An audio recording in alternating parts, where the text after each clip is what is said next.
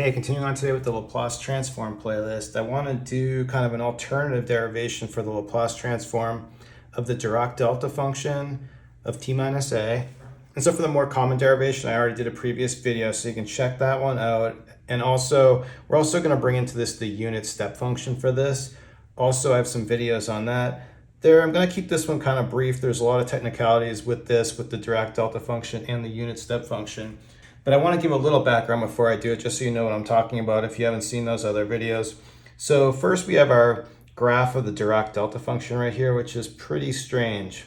So first up top here, we have our graph of the Dirac delta function, which is actually kind of not a function, and it's sort of bizarre where there's not really a good way to draw this, because what we're really showing here, this here is going off to infinity. So this spike is all the way at infinity. Of course, we can't draw that, so we do it like this.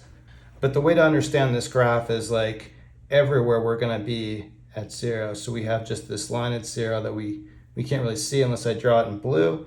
And then at this point where t equals a, it's going to spike to infinity. And we have this defined where we could say from 0 to infinity. I think you could also do this from minus infinity to infinity. Let's do it like that. So if you do this from minus infinity to infinity of this Dirac delta function, then this thing is actually defined to be 1. So the area under this curve, we define it to be 1, even though there's no width to it. So it's a pretty unusual case, because usually if there's no width to a curve, we say it's 0, but here we have it defined to be 1.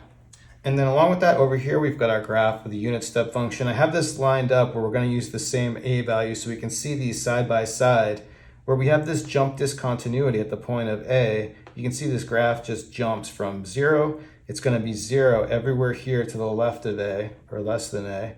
And then it's going to jump up to this point of 1. At the point of a, it's just going to stay at 1. And so what I want to use in order to do this derivation, I'm going to start with some function f of t. And I'm going to set that equal to our unit step function, t minus a. And the reason for doing this is because if we just look at the derivative of this is actually going to be our Dirac delta function. And the way we can look at this with a jump discontinuity, normally we would say the derivative's not defined here at this point a, because it just jumps. Well, we can actually use this definition to say, actually it's kind of like an infinite jump. And so our Dirac delta function is actually going to be our derivative of the unit step function. So using that, if we want to find the Laplace transform of the Dirac delta function, so I've defined this one in a previous video, our Laplace transform for the unit step function. We can use this, but also the fact that we know the derivative now to be the Dirac delta function, we can use this formula here. So in this formula, let's just define all the pieces so we know what's going on. So our f prime of t, we have this Dirac delta function. For big F of s, that's going to be the Laplace transform of f of t, which is in this case the unit step function. So for our big F of t, we're just going to have this e minus as over s. This is going to be our big F of s value. And then one last thing we're going to need, we need f at 0. For f at 0, let's just kind of go over to the graph. We have this defined where a value is going to be greater than 0. So if you look at the 0 value right there, everything to the left of a is going to be 0. So for our f of 0 value, this is just going to be 0.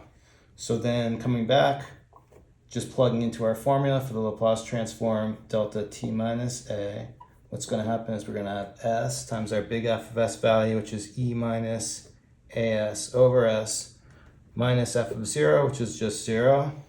That's nothing. S is going to cancel with s. And so for our formula for this, we just get e minus as. Okay, so there you go. Alternative method for this. I think the first way I did it was we just used the definition and put this in an integral and found a way to evaluate it.